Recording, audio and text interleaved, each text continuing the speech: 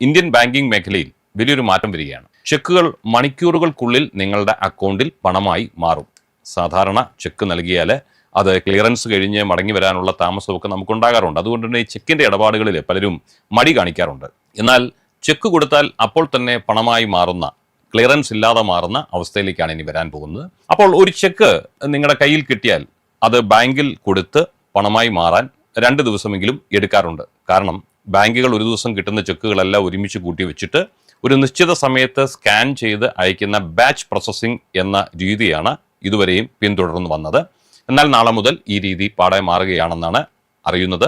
Batch പ്രോസസ്സിങ്ങിന് പകരം ഓരോ ചെക്കും ബാങ്കിൽ കിട്ടുന്ന മുറയ്ക്ക് തന്നെ സ്കാൻ ചെയ്ത് CTS വഴി അയക്കും. ഇതിൻ്റെ ഏറ്റവും വലിയ ഗുണം എന്താണെന്നോ, നിങ്ങളുടെ കാത്തിരിപ്പ് ദിവസങ്ങളിൽ നിന്ന് മണിക്കൂറുകളായി ചുരുങ്ങും.